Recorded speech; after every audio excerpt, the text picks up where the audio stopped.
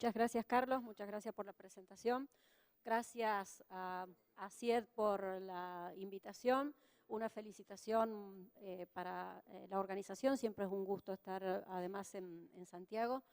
Y bueno, este es un panel de conversación y como tal, independientemente de las presentaciones, los tres integrantes del mismo queremos luego de estas presentaciones poder conversar con ustedes respecto del tema que nos convoca. De hecho, es un panel de conversación y así queremos que se concrete. Por lo tanto, los estamos invitando a que luego participamos y podamos conversar y debatir si es necesario. Los panelistas ya fueron presentados. La verdad es que es un lujo contar con estos dos profesionales de vasta experiencia y conocimiento. Así es que sin más y sin perder tiempos, porque no son tantos los tiempos con los que contamos, le dejo la palabra a Francisco Morcillo. Francisco, tu turno entonces.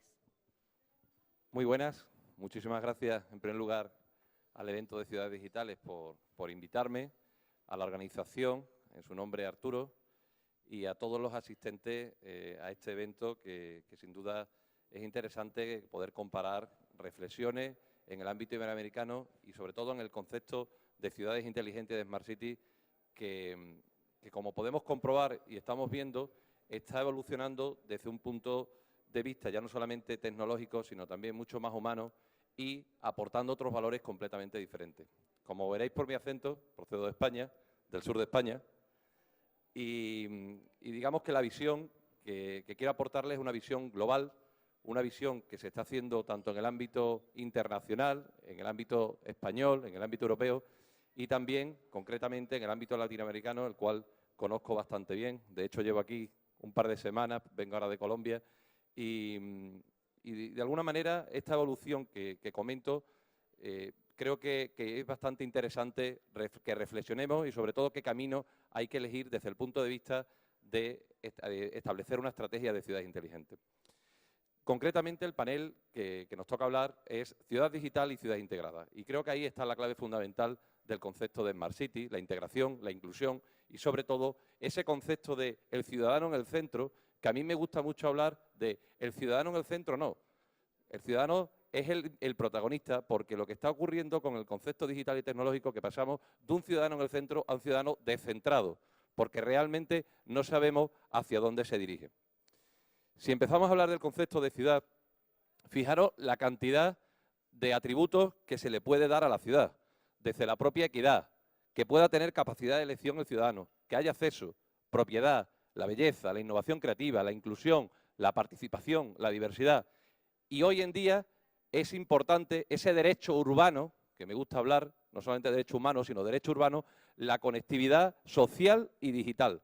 Porque si hablamos de conectividad, no solamente hay que decir que tengamos una red de fibra que nos dé una alta prestación, sino que tenemos que hablar también de un concepto de conectividad social que nos permita interactuar a las personas. Ayer Yolanda contó muchos ejemplos de cómo los ciudadanos tienen su importancia y su participación dentro de todo este proceso y, sobre todo, una conectividad digital que nos permita tener otros modelos de ciudad y, en definitiva, otros modelos estratégicos de cómo relacionarnos los ciudadanos con las ciudades.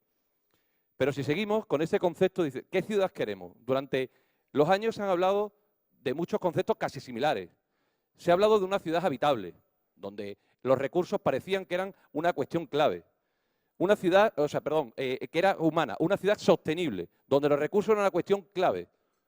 Una ciudad resiliente, se empieza a hablar también, donde se empieza a evolucionar con el concepto y empezar a pensar que la ciudad tiene que estar preparada, tiene que estar resistente, y fijaros dónde nos encontramos, una ciudad como Santiago y un país como Chile, donde la resiliencia es clave para todos los procesos y en la toma de decisiones y cómo actuar. Pero también otro concepto muy importante, una ciudad justa, una ciudad que sea de los propios ciudadanos. Si a todos esos conceptos los envolvemos, le ponemos una etiqueta y le ponemos la alta tecnología o la tecnología existente, nos encontramos que la evolución, y marco 2011 y 2015, porque quizás en estos últimos años, 2011 posiblemente es cuando el concepto de Smart City empieza a sonar muy fuerte y era una implementación tecnológica pura, de pronto nos encontramos en el 2015 donde se habla de tecnología como una cuestión colateral, pero seguimos hablando de un concepto de ciudadano, pero para mí esto evoluciona mucho más. No solamente es un concepto de ciudadano, sino de derechos urbanos. Y a partir de ahí, cómo a partir de las estrategias de las ciudades se pueden dar valores añadidos. Hoy en la presentación, Cristian nos contaba, el subdirector, o el subsecretario, perdón, nos contaba que cómo desde la movilidad transversalmente se puede transformar una ciudad. Y de eso va el concepto de ciudad inteligente. No solamente de establecer unas líneas verticales que permita tener líneas estratégicas, sino que de alguna manera se puedan elegir líneas preferenciales y a partir de esas líneas preferenciales trabajar en conjunto y transformar la ciudad desde las estrategias que se quieran tener de manera global, pero que se quiera dar puntualmente a la necesidad, como puede ser la movilidad o como puede ser el turismo o como puede ser algunas cuestiones medioambientales. Por lo tanto, si tuviéramos que definir, ¿se podría definir un concepto de ciudad inteligente o ciudad digital? Es difícil, pero si tuviéramos que hacer una definición, quizás a mí se me ocurre decir que la ciudad inteligente probablemente implementa las TIC aportando valor a la ciudad, pero, y esto es muy importante, con riesgo de generar brechas. Se está demostrando que la implementación digital está generando brechas, igual que el crecimiento económico.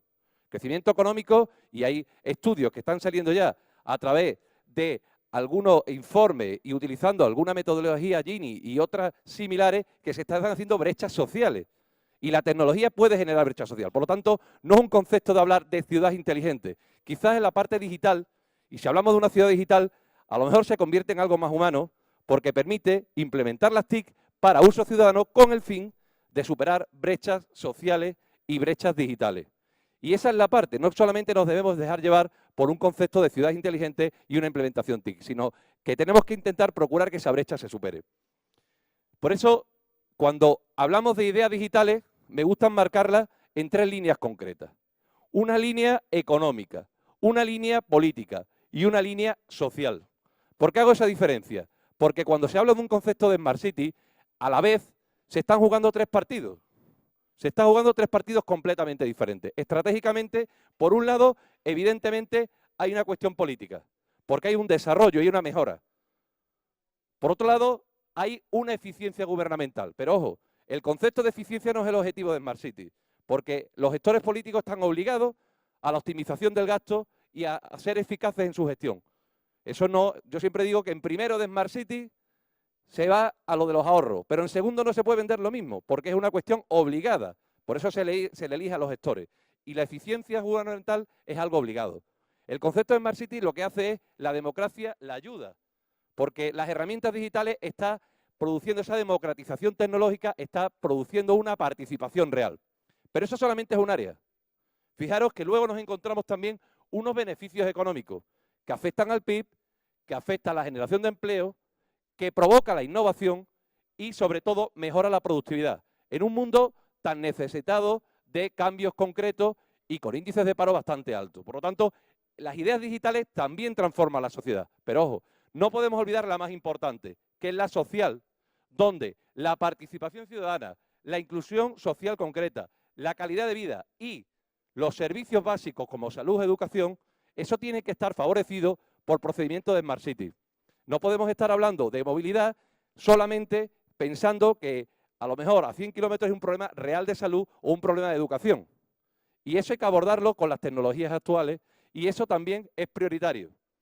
Por lo tanto, ese concepto que son ideas digitales son cómo provoca un impacto real el concepto de Smart City, el concepto de ciudad digital dentro de las propias ciudades.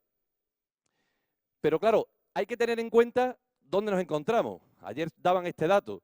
Fijaros que estamos aproximadamente un 50% de la población está viviendo en las ciudades, que aportan 3/4 partes al PIB global. Y además que tenemos un problema, que las ciudades son densas, donde prácticamente se deja libre, a los espacios libres, un 25% para zonas verdes y viales. Con lo cual, hay un problema importante en las ciudades que ahora mismo vamos a tener en el futuro y es un problema que hay que tratarlo.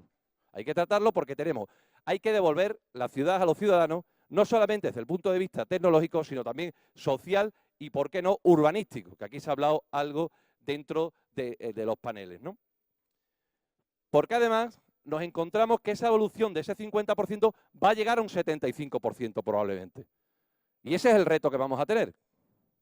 Ese es el reto que vamos a tener y tenemos que saber cómo vamos a actuar ante él, porque ese 75% nos va a dar nuevas lecturas, nos va a dar nuevos hábitos y vamos a tener que saber analizar desde esa resiliencia cómo se va a actuar. Pero claro, este concepto, que estamos hablando de ciudades digitales, a poco que nos movamos por el planeta, nada tiene que ver un país con otro, nada tiene que ver un continente con otro. La India puede estar promoviendo una serie de planificaciones estratégicas integradas en sus políticas de gobierno. De hecho, tienen un plan para 98 ciudades. Y es un problema urbanístico digital y así lo están abordando. Nos encontramos lo que está haciendo Holanda. Está mejorando su entorno en la participación social, entre otras cosas porque tienen cubiertas algunas necesidades básicas y tienen otros retos completamente diferentes. Y está trabajando muy de lleno con la parte medioambiental y la parte de eficiencia energética. Pero eso es otro modelo. Si nos encontramos, ¿qué está pasando? Por ejemplo, en Canadá se está hablando de competitividad, talento, tecnología y territorio. Esto es un informe reciente del propio Richard Florida. O sea, es decir, que estamos hablando de 3T dentro de un concepto completamente diferente. Los Estados Unidos estamos hablando de economía, buen gobierno, cambio climático. O simplemente el caso de Colombia, donde se está trabajando en líneas como seguridad, movilidad, salud, educación. O sea, fijaros que no podemos hablar de un concepto estándar de Smart City. Tenemos que hablar de un concepto puramente al detalle. Es una cirugía de detalle.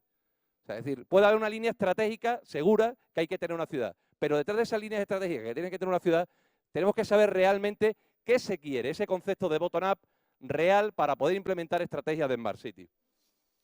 Por lo tanto, tenemos que tener en cuenta que los únicos retos no son digitales. Hay otros retos, retos humanos.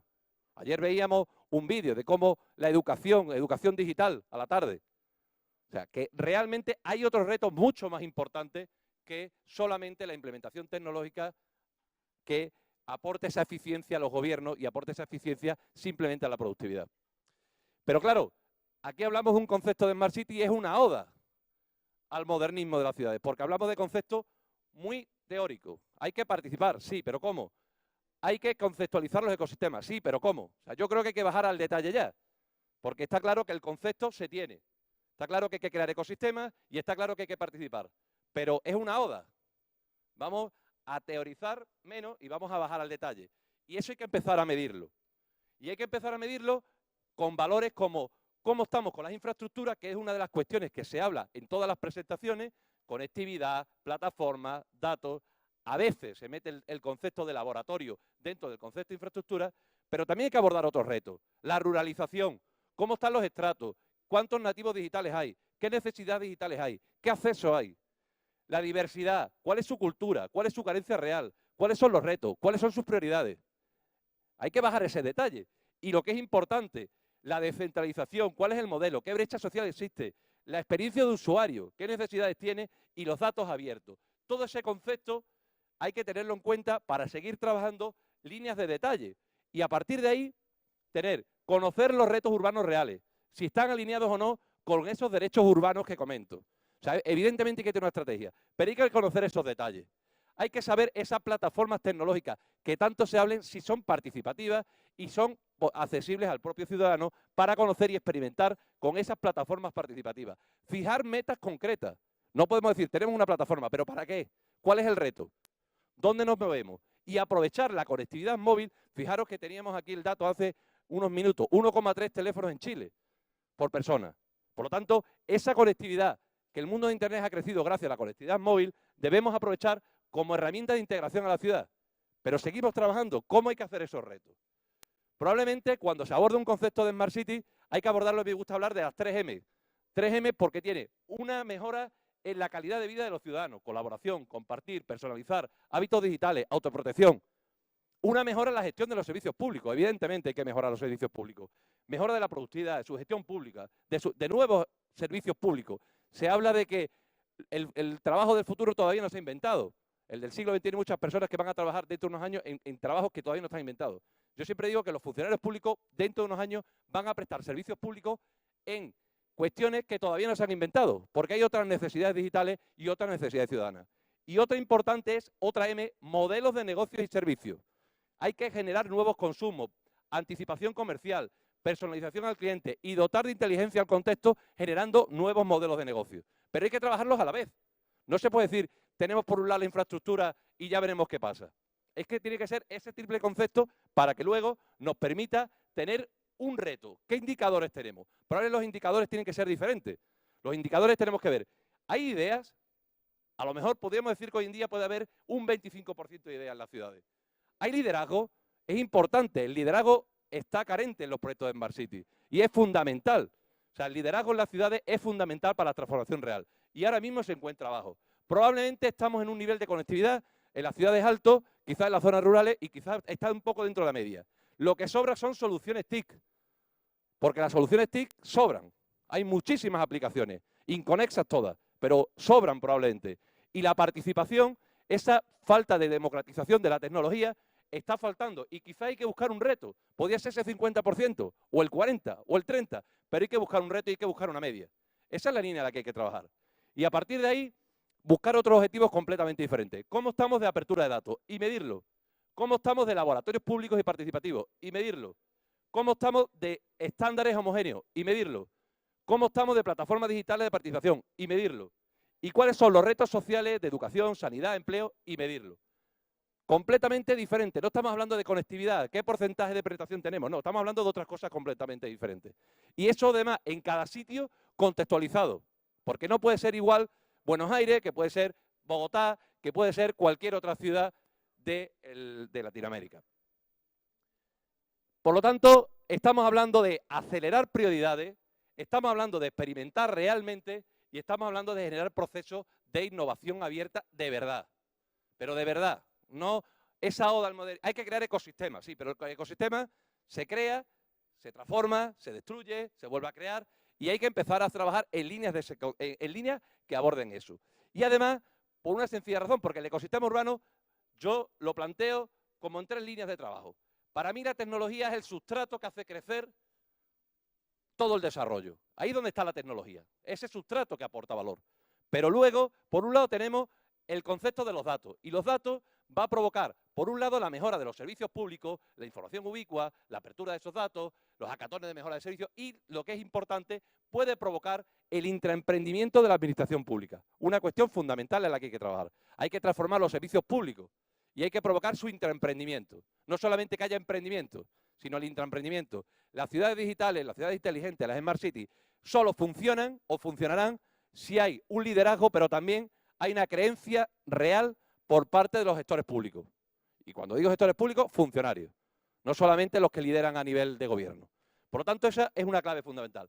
Otra parte fundamental es lo que está pasando con la información en las nubes, porque eso puede generar mejoras de ideas urbanas, ideas colaborativas, incluso crear, como ya hay plataformas de voluntarios digitales, que permitan desarrollar conceptos globales en las ciudades, participativos a través del mundo digital. Y luego, en el mundo de la empresa, crear laboratorios urbanos, empresariales, para emprendedores, donde esta información que se genera aquí se puede incluso pagar por uso y generar competiciones, generar hackatones y que permita crear nuevos modelos de negocio. No se trata de que las empresas tengan que disponer de toda la información, se puede incluso pagar por el uso que se está generando aquí y con eso generar competitividad también para las propias empresas. Fijaros que os voy a contar 3 ejemplos sencillos. Mi compañero Chus luego va a contar algo también parecido, pero este es un caso concreto, pequeñas soluciones que aportan valor. En el mundo de los negocios, simplemente es una cafetería, Massachusetts.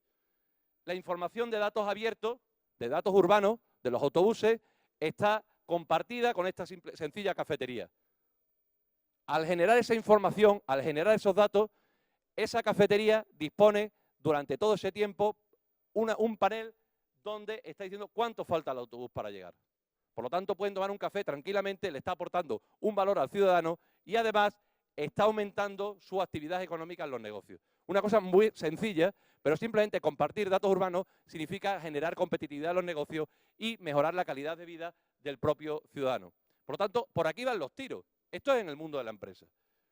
Porque luego, en el mundo de las políticas, en el mundo de la administración, se están empezando a generar plataformas y laboratorios de innovación que lo que hacen es repensar diariamente, esto es concretamente un laboratorio urbano en Dinamarca, pero que sale de la propia administración pública, que se está repensando diariamente si los servicios que se prestan son útiles y son necesarios. Y esto es obligado en los gobiernos, porque hay que repensar diariamente si los servicios que hoy se prestan son necesarios o no. Y además, aportar pequeñas soluciones sociales. Este es un proyecto ya que tiene algo de recorrido. Hoyo en la pared, simplemente es cómo integrar a los niños el mundo digital, y esto fue un ejemplo que se hizo en la India, donde pusieron una serie de equipos introducidos en la pared que los dejaron interactuar con los niños y en poco tiempo estaban manejando la información y estaban teniendo conectividad. Pero hay que trabajar en esas soluciones, porque no solamente se trata de dar formación. La formación, aquí algo se ha hablado también, del siglo XXI es una formación de actuación, no es una información teórica. Los nuevos profesionales del futuro van a ser gente que hace, aprende haciendo, no gente que va a estar con formación teórica y competencias digitales, sino que también tiene que trabajar. Y estos son pequeños modelos, clases sociales, estratos que tienen complicaciones y sin embargo se le aportan soluciones. Ese es el beneficio social que también tiene la tecnología. Por lo tanto, ese ejemplo que sirve tanto en el ámbito económico como en el ámbito social, como en el ámbito de todo lo que tiene que ver la transformación pública, son ejemplos necesarios que tienen que estar dentro de esa transversalidad del concepto de Smart City. Digamos que cada ciudad y cada entorno es diferente. No pretendamos que las cosas cambien si hacemos siempre lo mismo. Desde el punto de vista, cambiarnos a aportar tecnología, copiar sin adaptar exclusivamente. Cambiar pasa por crear esos ecosistemas reales del territorio que con sus recursos y posibilidades adaptar nuevas fórmulas de relación, de servicio y nuevas oportunidades de negocio. Por ahí va el concepto de Smart City. Y aquí es donde tenemos que aterrizar. Podemos hablar de tecnología, podemos hablar de movilidad, podemos hablar de turismo, pero tiene que haber ese proceso transversal. En muchos sitios, ese concepto de Smart City de 5 líneas verticales, 6 líneas verticales, se están transformando completamente y se están eligiendo una. Y desde ahí se está basculando. Elijo el turismo como eje fundamental. Perfecto. El turismo tiene temas de movilidad, tiene temas de medio ambiente, tiene temas de empresa, tiene temas de administración, pero se elige uno. Y a partir de ahí empezamos a hacer vasos comunicantes, pero se busca un objetivo de desarrollo, una inteligencia que es la parte o el problema fundamental que tiene que abordar la ciudad. Y después, posteriormente, se van abordando. Me refiero a esos ecosistemas reales, porque estratégicamente está claro que todo plan estratégico debe abordar los ejes donde se va a mover la ciudad. Pero luego, a la hora de la verdad, no se pueden abordar 6 problemas a la vez. Es dificilísimo. Y por lo tanto, un concepto como el que hablaban esta mañana de la movilidad, yo le comentaba a su secretario, es decir, hay conceptos que se están hablando que es ciudad líquida, movilidad líquida, donde a lo mejor no solamente se está abordando la información desde un punto de vista de aquí tienes la información digital, no, es que la gente puede interactuar, puede participar, los datos se comparten, son pequeños laboratorios urbanos dentro de ese concepto de movilidad. Y eso se está produciendo ya, redes sociales que salen del autobús urbano. Hay incluso casos que están ocurriendo que plataformas oficiales de datos abiertos que se están convirtiendo para la movilidad, resulta que cuando liberan los datos, la información que generan los particulares, los desarrolladores, las pequeñas empresas es mucho mejor que las oficiales, porque permite interactuar mucho más. Hay incluso algunas soluciones que se están dando a través de concesiones públicas que manejan información que cuando abren esos datos, en lugar de ser una plataforma de información oficial, se convierte en una plataforma de información para el ocio y la gente interactúa con él. Por lo tanto, tenemos que aprovechar, tenemos una sensorización digital de las personas y tenemos además una sensorización real del concepto de Smart City gracias a las redes sociales. O sea, todo ese concepto hay que aprovecharlo. Aquí están mis datos, para lo que necesitéis, mi blog, donde suelo reflexionar bastante sobre estos conceptos, mi cuenta de Twitter, y simplemente daros las gracias.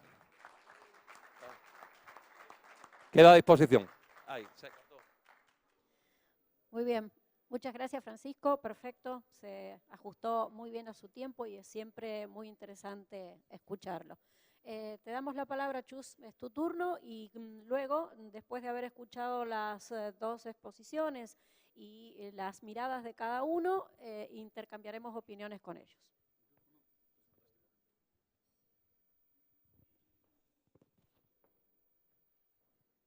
Pues muy buenos días. Es un verdadero placer estar aquí, después de otras 2 anteriores en Quito y en Málaga. Y la verdad es un placer. Quiero agradecer a la organización, a SIET, que haya querido contar otra vez conmigo y con Fundación CETIC para hablar esta vez en un panel que no tenemos panel.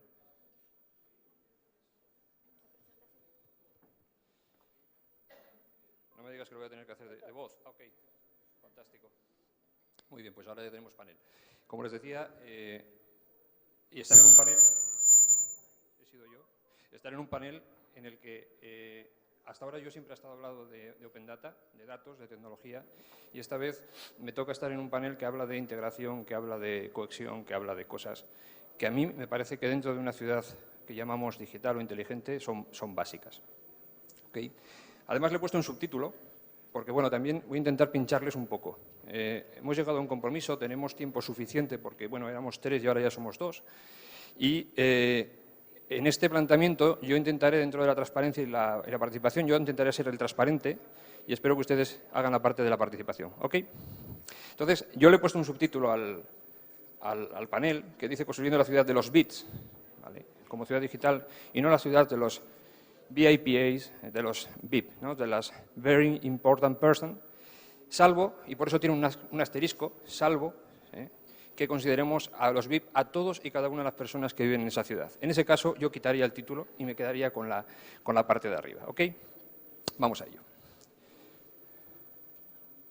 Bien, les decía, vengo de un centro tecnológico y, lógicamente, yo creo que el panel lo plantearon diciendo, bueno, pues vamos a poner enfrente a la parte de Paco, no sé si estratégica, podría ser, con una parte más tecnológica.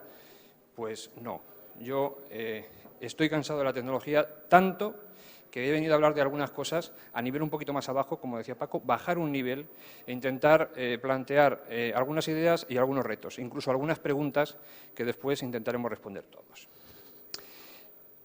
Eso sí, se ha hablado mucho de estandarización y yo voy a tocar también ese tema de estandarización porque me viene de la parte nuclear. Nosotros en España somos la oficina del W3C y, por lo tanto, el tema de estandarización en la web y en estas tecnologías, digamos que nos encanta, y a mí especialmente. Por eso yo más de una vez hablaré de estandarización. La ciudad digital, bueno, voy a hacerles una confesión. Yo desde el punto de vista del concepto de Smart soy agnóstico. Digamos que no niego su existencia, pero creo que no soy capaz de entender todas las cosas que engloba un concepto tan amplio como la Smart City, ¿no? Así que me gusta mucho hablar de temas como ciudad digital. Puedo pasar perfectamente hablando de Smart City, no me pasa nada, pero creo que efectivamente necesitamos romper ese concepto en cosas más asumibles, ¿no? Al final, si destilamos el concepto de Smart City, de ciudad digital, lo que queremos es mejorar la calidad de las personas. Y el tema de las personas es un tema básico en este evento y espero que siga siendo un tema básico en este evento y en los que sigan. Es decir, que las ciudades digitales, que las ciudades de Smart City sigan teniendo al ciudadano en el centro. Intentemos que esto no sea una impostura, que sea algo que queda bien, sino que sigamos trabajando porque los diseños tengan siempre al ciudadano y a la ciudadana en el centro de todo. ¿Ok? Tecnología. Primera reflexión. Ayer mismo el intendente Orrego hizo una aproximación, a mí me pareció fantástica, es una forma también de pinchar al público, diciendo cosas como, por ejemplo, que hay gente, y es verdad, probablemente alguno lo conozca, que busca problemas al que pueda aproximar su solución. Lo sabemos e incluso alguna vez lo hemos practicado. Hay gente que plantea soluciones a los problemas, hay gente que pone problemas a las soluciones, y a mí me gusta este dicho que dice que para el que tiene un martillo prácticamente todos son clavos. No sé si aquí pero en España es muy típico. El problema es que no sé cuántas soluciones de Smart City conocen que tenga esta pinta, es decir, que sea un martillo, que yo llego y si el problema que yo afronto se parece a un clavo, le meto y a lo mejor era un tornillo. Pero bueno, es decir, no sé, a veces es lo que tiene llevar soluciones y colocarlas de forma monolítica. A mí particularmente me gusta más la metodología en formato navaja suiza, es decir, algo que me permite tener flexibilidad, que me permite jugar y que me permite adaptarme a las necesidades cambiantes que tiene una ciudad, porque una ciudad, si es algo, es compleja y diversa. Bueno, esto que está aquí, creo que todo lo podemos suscribir, no es de la parte que yo les digo que vamos a platicar sobre ella. Es decir, al final una tecnología no deja de ser algo para resolver un problema. En algunos casos incluso ese problema no lo teníamos y hay empresas que son tan fantásticas que son capaces de generarnos un problema y que necesitemos esa tecnología y seguramente algunos de ustedes pensarán en esas compañías. Tiene que tener un uso razonable incluso razonado. Es decir, la tecnología tendrá que estar pensada para hacer algo. Fuera de ese algo, a lo mejor esa tecnología no tiene sentido. Y por lo tanto, pongamos siempre la tecnología en el punto que tiene que tener. Y no, probablemente nunca sea la parte más importante de una ciudad que se considera smart o digital. Procesos, personas, comportamientos, formación, todo esto, es decir, está en una capa tan importante como es la propia tecnología. Y se lo dice alguien que viene de un centro tecnológico. Los Open, y digo los Open porque es algo en el que tenemos muchos Open. Tenemos el Open Hardware, tenemos el Open Software, tenemos el Open Data. Es un elemento básico el trabajar, sobre todo en los primeros estadios, cuando estamos creando en esos espacios de innovación nuevas aproximaciones y nuevos modelos de resolución de problemas, dejarlo y hacerlo con estas tecnologías Open. Open Hardware, Open Software. Es una cosa fantástica y además ayuda a que el crecimiento sea rápido. Después, esto no quiere decir que se tenga que dejar esos nuevos modelos, esos nuevos productos, dejarlos en formato abierto. Probablemente pueda ser a lo mejor un producto por el que se cobre, ¿por qué no? Pero en la primera parte considero que esto es básico, trabajar con los Open. Y la estandarización que antes comentaba. La estandarización para mí es un tema básico y sobre todo cuando estamos trabajando en tecnología y en la parte más de tierra, más de infraestructura, más importante es. Lo comentó ayer el intendente, lo comentaron esta mañana también, y pensemos que esa estandarización nos garantiza que los sistemas puedan comunicarse. Los de la propia ciudad y cosas tan sofisticadas como la comunicación entre ciudades.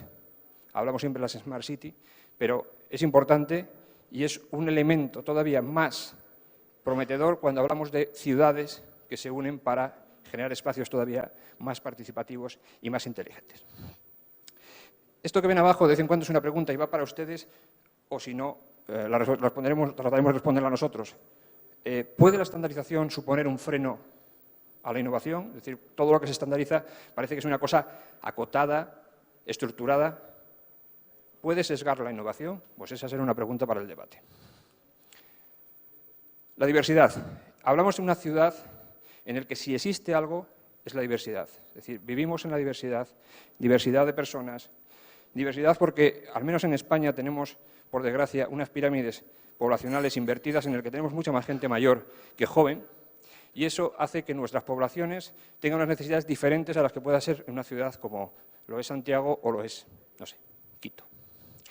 Por lo tanto, además, a esto se le añade que tenemos culturas diferentes, cada vez más. Saben que en Europa estamos teniendo un flujo inmigrador muy fuerte de la zona de Oriente Medio, y esto tenemos que poder resolverlo.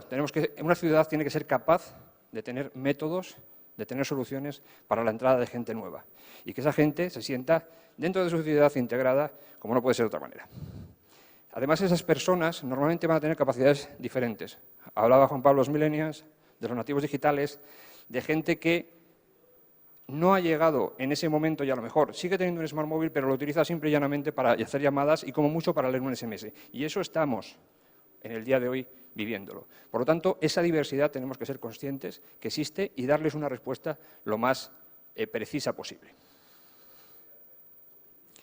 Cuando hablamos de una sociedad inclusiva, cuando hablamos de un diseño pensado para mucha gente, esta es una de las soluciones. Esto no es nada nuevo, es decir, el diseño para todos, el diseño universal, fue inventado hace ya bastante tiempo, tiene mucho tiempo. Sin embargo, hay veces que se olvida. En el diseño de modelos, en el diseño de sistemas, en el diseño de productos, en el diseño de entornos, el diseño universal y los principios del diseño universal es un tema básico. Es un tema que garantiza que ese producto, servicio, sistema pueda ser utilizado de una forma diversa, de una forma flexible, de una forma tolerante a fallos, es decir, que pueda trabajar con esa solución muchas personas. Y si hablamos antes de diversidad, qué bueno puede ser que tengamos en el diseño para todos un aliado en cuanto a este problema. Y aquí hago otro planteamiento, que es conjugar el beneficio de la mayoría y las minorías. Muchas veces las soluciones siempre se hacen para las mayorías. ¿Por qué? Porque lo son, es decir, porque son suficientes y porque son mayorías. Intentemos siempre hacer soluciones flexibles, diseñadas para todos y en el que seas minoría o seas mayoría puedes tener una solución a tu alcance. ¿Okay? Los smartphones, es decir, yo no descubro que esto es una verdadera maravilla. Es decir, este es uno de los grandes aliados que tiene las ciudades para poder trasladar pues, procesos, poder trasladar metodologías, poder trasladar sistemas y servicios a la ciudadanía. Tiene una enorme penetración, ya han visto, es decir, cada día tenemos más móviles. Yo sigo teniendo uno, pero, bueno, es decir, las estadísticas dicen que al menos tendremos 1, 2, 3, en España tenemos varios por persona, por lo menos virtualmente. Es un recolector de datos fantástico, a veces hasta demasiado fantástico, es decir, está agarrando continuamente datos de dónde estamos, qué hacemos, cómo nos movemos, con qué aceleración, es decir, da las fotos que estamos tomando, dónde las estamos tomando. Y esta información es ingente, es enorme y también tiene un reto en cuanto al tema de seguridad que después sí me gustaría tocar. La web móvil. Desde el punto de vista de la parte que me toca de W3C, defiendo, no a capa de espada, pero sí defiendo mucho la web móvil. No tengo nada en contra de las apps, son maravillosas, pero la web móvil tiene una ventaja y es que nos permite trabajar en cualquier dispositivo que tiene conexión a Internet. ¿Okay? De manera que a veces, yo cuando me planteo hacer una solución, puedo hacer una app para Android, una app para iOS, hacerla en web móvil. ¿Y qué ventaja obtengo de la web móvil? Que me va a funcionar en todos. ¿Okay? Cuando lo hago simplemente para las dos anteriores plataformas, la pregunta que yo hago es ¿qué derecho van a tener los que tengan un Windows Phone o los que tengan otra plataforma? ¿Okay? Vale. Esto no quiere decir que las apps no tengan función, tienen funciones y además su uso creo que es especialmente importante cuando necesitamos acceder a recursos del dispositivo, como por ejemplo aceleraciones, a cosas muy de máquina, que en la web móvil todavía, bueno, pues estamos creando APIs para poder hacerlo, pero que todavía nos falta un poquito, ¿no? El florecimiento de las apps. Muchísimas apps. Antes comentaban el número de apps que puede tener una ciudad. Y yo la pregunta que hago es, ¿estamos preparados para poder buscar el app que yo necesito de una forma sencilla? Es decir, ¿hay una coreografía, hay un sistema que me permita ir a esas apps y obtener la que yo quiero? Bueno, pues eso a lo mejor tiene que ver con esto que hemos llamado el App Garden y es ese jardín de aplicaciones en el que yo pueda encontrar aquella aplicación que necesito. Pero en esto hay que hacer trabajo, porque si no, lo que podemos generar es cantidades ingentes de aplicaciones muy difíciles después de gestionar, no solamente por quien las hace, sino también por quien las consume. Por eso digo, cómo orquestar el conjunto creciente de apps es un reto, es decir, hay que saber cómo hacer esto, ¿vale? Y creo que puede ser un tema a tratar, y cómo la gestión de la sociedad y cómo gestionar aquella sociedad que está a espaldas al móvil, en general, a la tecnología. Tenemos ciudad que podríamos llamar una ciudad de zona oscura, en el que desde el punto de vista de una Smart City no están, porque no utilizan el dispositivo Smart como nosotros queremos, porque no podemos trazarlos como nosotros queremos. ¿Qué hacemos con la gente que vive en la ciudad, pero no tenemos ese contacto? ¿Vale? Necesitamos proveer sistemas online, pero también offline, en el que se permita a estas personas trabajar y lo sigan haciendo como lo están haciendo hasta ahora. ¿Okay? Otra reflexión. Hablamos siempre de la eficiencia y la eficacia. Yo a veces me niego a la tiranía de la eficiencia y la eficacia en las Smart City. Esto que veis aquí es está extraído de una presentación, bueno, ese no, porque es una captura que he hecho de cómo se podía ir desde el hotel hasta el mercado central. Y Google nos da 3 trayectorias, ¿vale? Esas 3 trayectorias, principalmente, están basadas en la trayectoria más corta, en la eficiencia. Y la pregunta es, ¿podría tener una ruta que sea la más saludable o la más atractiva, aquella que tiene una mejor, no sé, paso por sitios, por puntos de interés mejores? Ese es el planteamiento. Eso no sería eficiencia, pero sería probablemente calidad de vida. El data, el open data, el big data, o quizás el open big data. No hay mejor escenario para la creación y para el uso del open data que yo puedo imaginar que una smart o que una ciudad digital. Es un espacio fantástico en el que continuamente se están creando datos y de una forma ingente. Si esto es así, aprovechémoslo. Hagamos que los datos de la ciudad sean para la ciudad. Y cuando digo esto, y diréis, parece lógico, ¿no? Es un perogrullo. No. Hay proyectos de Smart City, y no voy a dar nombres, en el que al final lo que vemos es una creación de proyectos en el que los datos están cerrados dentro de los propios proyectos y esos datos, por tema contractual, no pueden salir de ese proyecto. Es un error, y no solamente es un error, es que se nos estamos perdiendo a la mejor de las partes de ese escenario, porque es realmente donde una ciudad puede generar más valor, es decir, utilizando los datos que genera. Por lo tanto, hagamos que esos datos no queden encerrados en los proyectos, no queden como silos. Otra parte importante es que lo que llamamos muchas veces Open Data de ciudad realmente es el Open Data del ayuntamiento, es la información que nos da el ayuntamiento. Hagamos un Open Data de ciudad de verdad, hagamos un Open Data en el que confluya la información que tiene el ayuntamiento con la información que tienen las empresas. Por ejemplo, ¿dónde están los menús más baratos del día en una ciudad? Esos datos los tienen las empresas. Pongamos datos de ciudadanos, los que ellos quieran poner. Y todo eso junto realmente concibe y crea lo que se denomina Open Data de ciudad. Hasta ahora prácticamente lo que tenemos, salvo honrosas excepciones, es Open Data de ayuntamiento.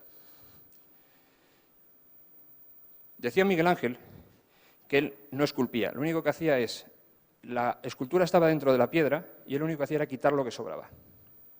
Necesitamos gente con perfiles que sean capaces de quitar lo que sobran los datos, que sean capaces de sacar los Davides que existen en los datos. Realmente escultores, si me permiten el símil, escultores de datos.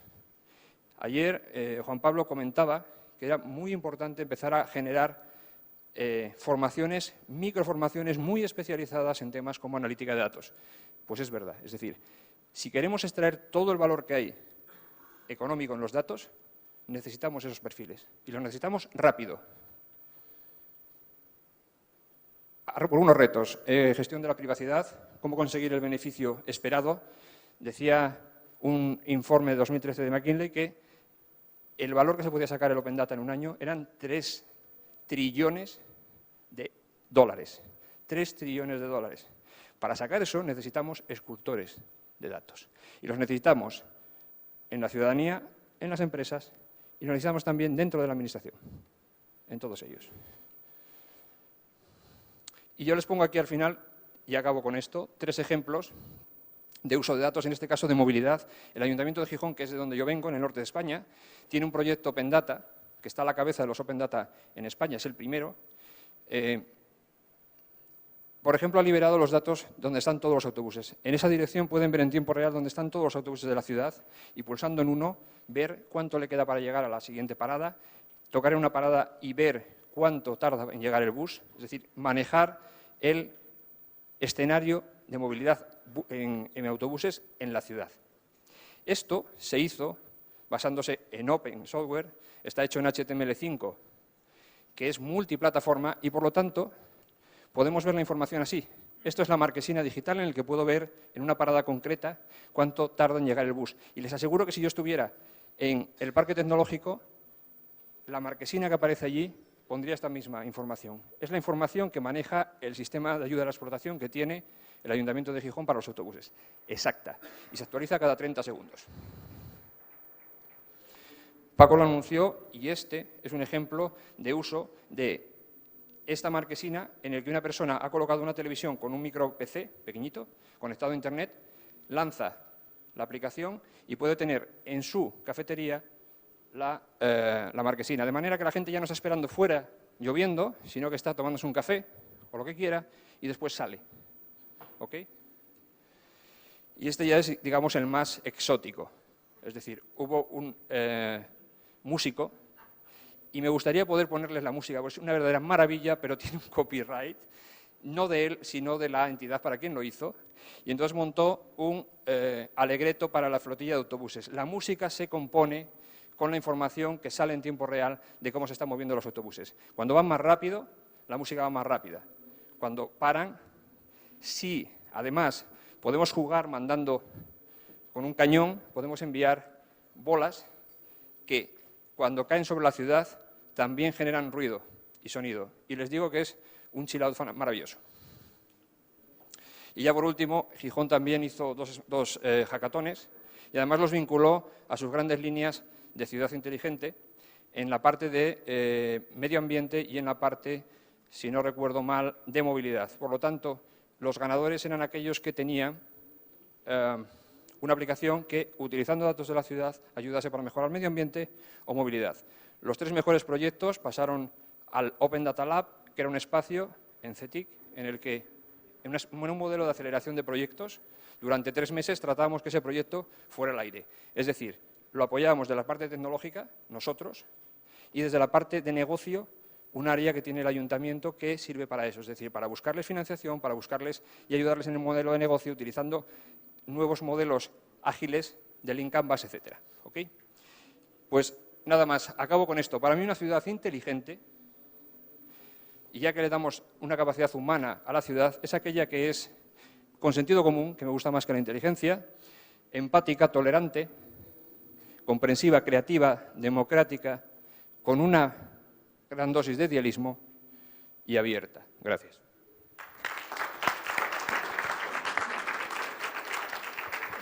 Muchas gracias, Chus.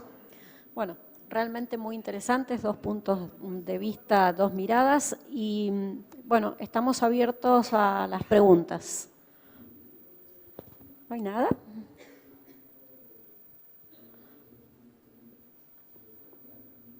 A ver, acá tenemos una. Cuenca, muy bien. Mi nombre es Jimena Barrera, soy de la ciudad de Cuenca. Una consulta puntual, no sé cómo llegaron a hacer que la información del ayuntamiento sea a nivel de ciudad.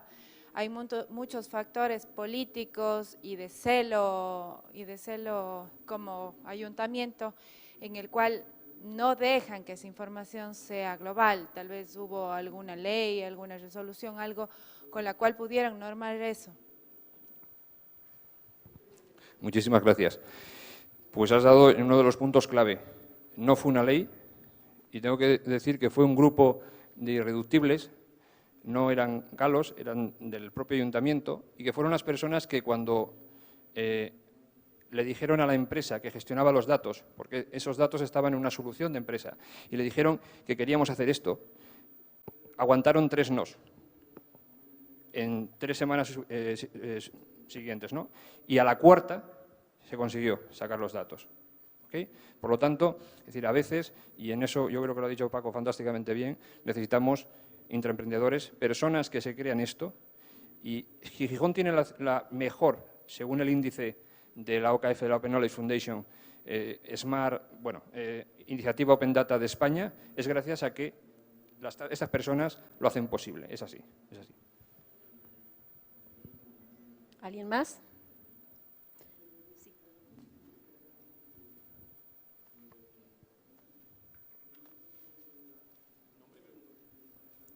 Jacobo, mi nombre.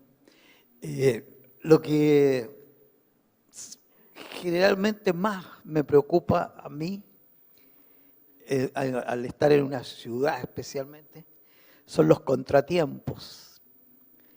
Y no se ha hablado mucho sobre los contratiempos, accidentes, por ejemplo, retrasos inesperados que trastornan a veces toda una mañana. Uno sale con todo un plan y se le revienta ahí por cualquier contratiempo. Eso no, hasta ahora, en gran parte de las charlas no se ha mencionado ni se ha considerado mucho. ¿Qué opinan? Sí, precisamente, gracias por la pregunta, Jacobo. Precisamente, cuando hacía el planteamiento de esa sensorización, allí un profesor de la Universidad de Chile comentaba algo de la parte social.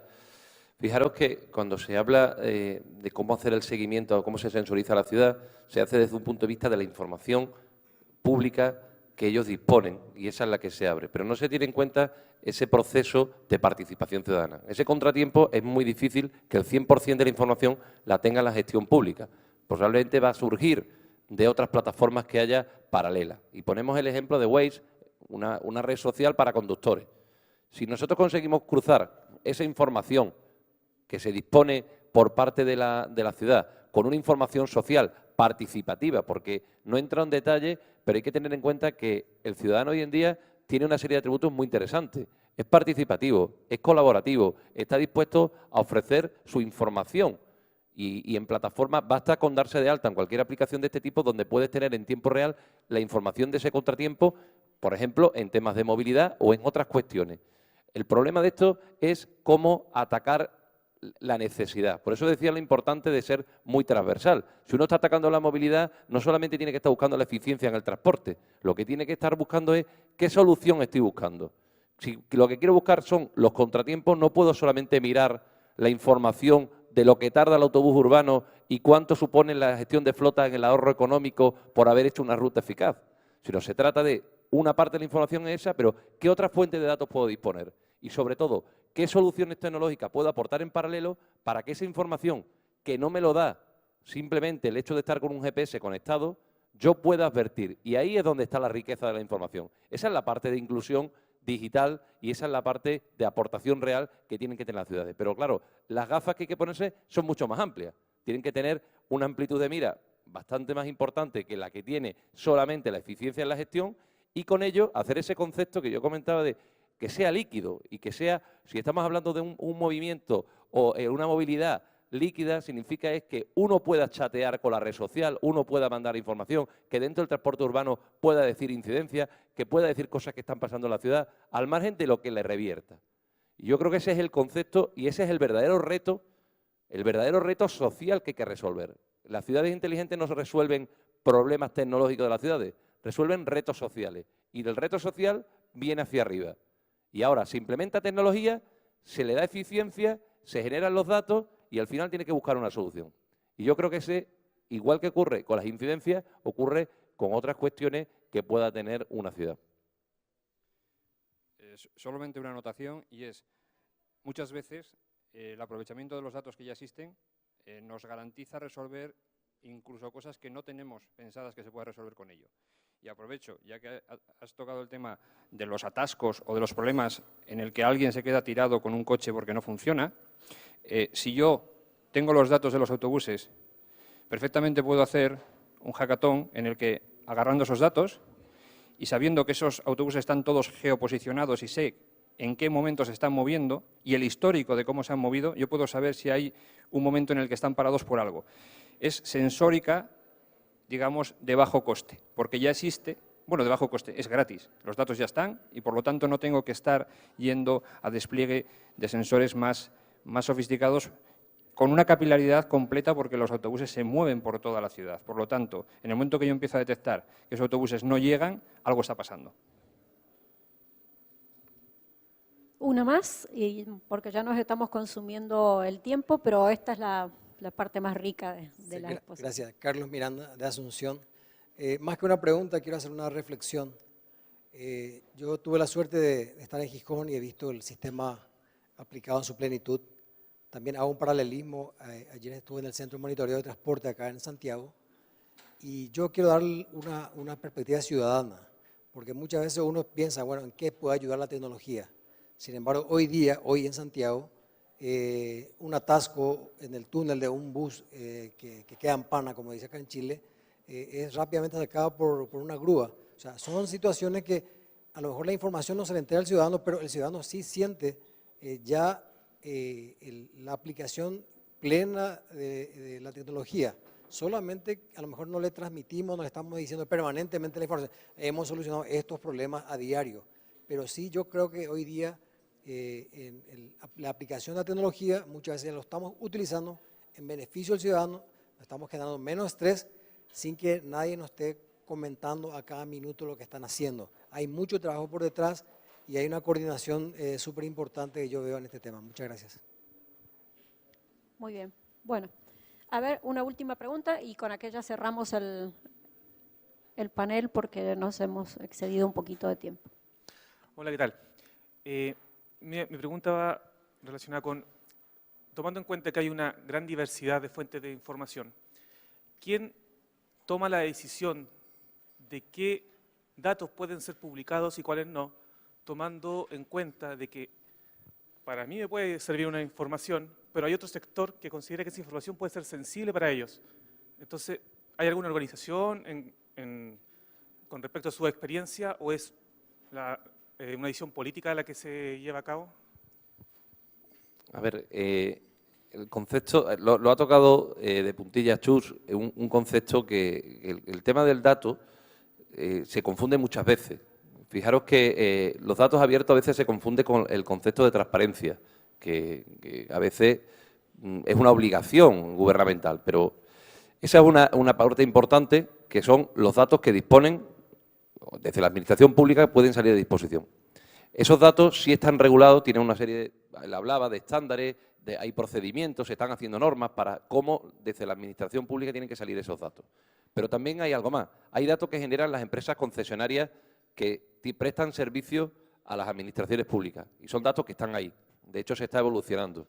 Pero también hay datos que están relacionados con cómo se está actuando en la ciudad, a través de un flujo turístico, a través de unas cámaras de entrada a un museo, a través de una zona de medición de la movilidad, es decir, toda esa información que poco a poco se va generando. Claro, el objetivo fundamental, y me salgo un poco del concepto de la estandarización y cuáles son las fuentes de datos, sino decir, qué cuestión queremos resolver y cuál es el foco que queremos poner. Ese es el verdadero análisis que hay que hacer cuando se está reflexionando sobre un concepto concreto de vamos a usar una base de datos. Claro, si yo tengo, y os voy a poner un ejemplo sencillo, una empresa española que se dedica a la gestión del agua. Ellos tienen la información de la meteorología para la gestión del agua, del clima, de cómo está el mar y una serie de cuestiones que eran atributos que eran necesarios para su aplicación. De pronto deciden hacerla participativa, abren sus datos de una manera genérica y permiten que otros introduzcan datos. Se convierte de ser una herramienta tecnológica para conocer una solución concreta de la ciudad en una herramienta de participación y ocio para cuando una persona va a la playa y quiere, pues aparte de que tenga un buen día, pueda reservar un restaurante, pueda hacer una reserva de una zona concreta de la playa, es decir, convertir eso en una herramienta de trabajo. Por lo tanto, no es tanto qué datos están abiertos, sino qué objetivos están. Y desde la Administración lo que se debe hacer es a quién le voy a aportar valor. Porque si lo que se quiere buscar es solamente transparencia, evidentemente estamos hablando de obligación, y esos no son datos, eso es una obligación. Pero si lo que estoy buscando es una solución concreta, creo que lo que hay que tener, el objetivo es esa amplitud de miras, porque fuentes hay suficientes. La cuestión está cómo se le aborda y, sobre todo, no olvidemos ese feedback del propio ciudadano. Muy rápidamente, simplemente, en las experiencias en el que, y si te entiendo la pregunta, aparte de lo que ha comentado Paco, de las experiencias que hemos tenido pues trasladando modelos Open Data, y un modelo Open Data no solamente la tecnología, sino modelos procedimentales que definen qué es lo que hay que hacer a lo largo de todo el proceso, desde que identifico un dato que está en un sistema hasta que lo filtro para eliminar aquellas informaciones que no pueden salir porque simplemente son secretas, en el caso de España, por ejemplo, temas de protección de datos, hasta que lo transformo en la información que yo creo que va a ser interesante para quien lo va a reutilizar y lo pongo en un catálogo. Ese proceso, además de procedimental, tiene que estar sostenido por un modelo organizativo. Del mejor de los casos que hemos visto, yo creo que es un caso de éxito, es aquel en el que existe dentro de la organización, se llama un grupo de coordinación, es un grupo de coordinación Open Data, el cual decide de los datos que van surgiendo, los que ya están fuera, pero los que van surgiendo como potenciales Open Data, se decide si se pueden sacar. Ese grupo es el encargado de una forma deliberativa de decidir si se sale con ese dato o no. Y no es un tema político, es un tema técnico. Y ese grupo es un grupo técnico, formado por tecnólogos, formado por funcionales, es decir, personas que gestionan y conocen los datos, ¿vale? Pero no es político. Y ese, para mí, es el mejor de los casos en cuanto a despliegue de iniciativas Open Data.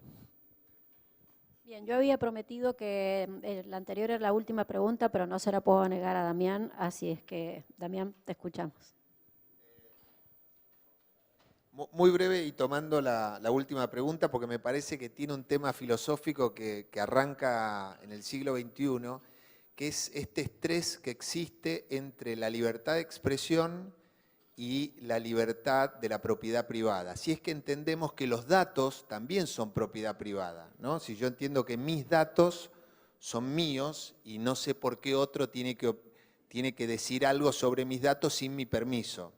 Es filosófico, es una pregunta, pero está claro también que compartir datos es la base de la innovación, con lo cual eso genera crecimiento y mejora. Y bueno, pero digo, desde las políticas públicas, la pregunta para ambos expositores, ¿qué piensan ustedes que debería ocurrir para que las políticas públicas empiecen a normar esta alegalidad, no ilegalidad, alegalidad, falta de reglas, de normas, respecto a cómo congeniar entre estos dos, entre este estrés, entre la libertad de expresión y la libertad de la propiedad privada?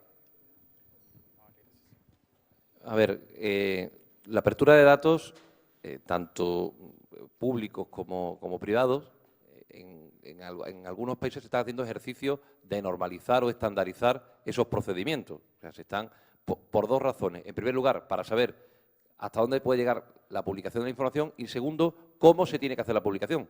Porque si lo importante es el qué, también muy importante es el cómo para que esa información luego se pueda utilizar.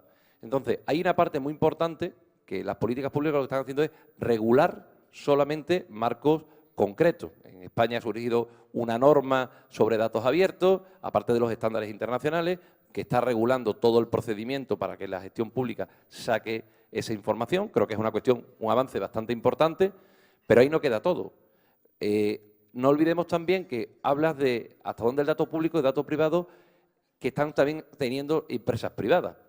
Las empresas privadas están desarrollando Urban Labs o Urban Data a partir de la información, sobre todo de nuestro tráfico diario de una tarjeta de crédito, nuestro tráfico diario de uso móvil.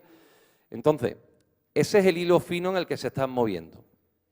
O sea, es decir, regular, poner puertas al campo es poner puertas a la innovación.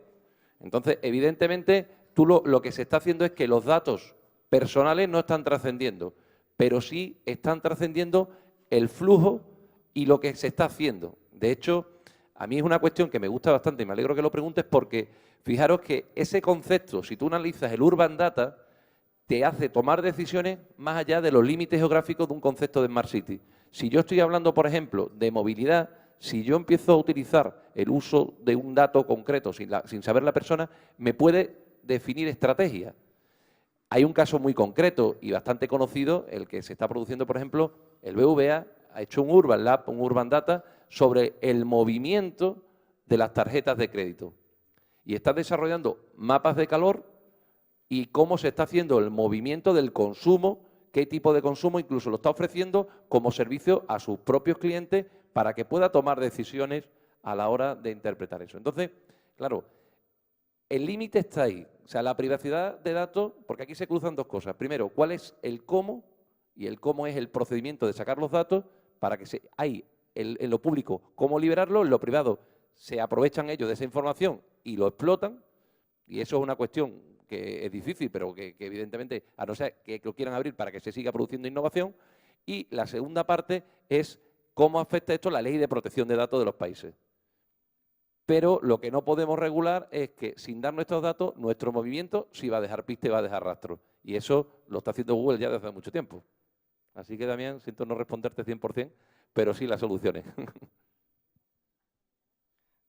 Sí, en 2 segundos porque sé que tienes que cerrar. Simplemente, es un tema de norma. Si existe una norma, y en España, por ejemplo, que es el caso que yo te puedo comentar, los datos personales tienen que estar completamente anonimizados. Y no hacerlo entra automáticamente en un problema de ley. Si sale un conjunto de datos con datos personales, automáticamente la Agencia de Protección de Datos entra contra eso. Y una parte muy importante que trazó Paco es que además no vale con que yo lo quite de un conjunto de datos. Existe lo que se llama el cruce de datos. Si yo soy capaz de cruzar 3 conjuntos de datos y con eso llego a tu información, tampoco vale. Es decir, la anonimización es una anonimización a detalle y es uno de los procesos que cuando nos afrontamos temas de Open Data más complejos, porque tiene que ser, como digo, de una calidad absoluta. No puede ir ningún dato personal al Open Data. Muy bien, nos quedamos con ganas de más, insatisfechas algunas preguntas y con varios interrogantes, los iremos resolviendo a través de las redes siguiéndolos y si no presencialmente en el próximo encuentro. Muchas gracias a los panelistas, muchas gracias a ustedes.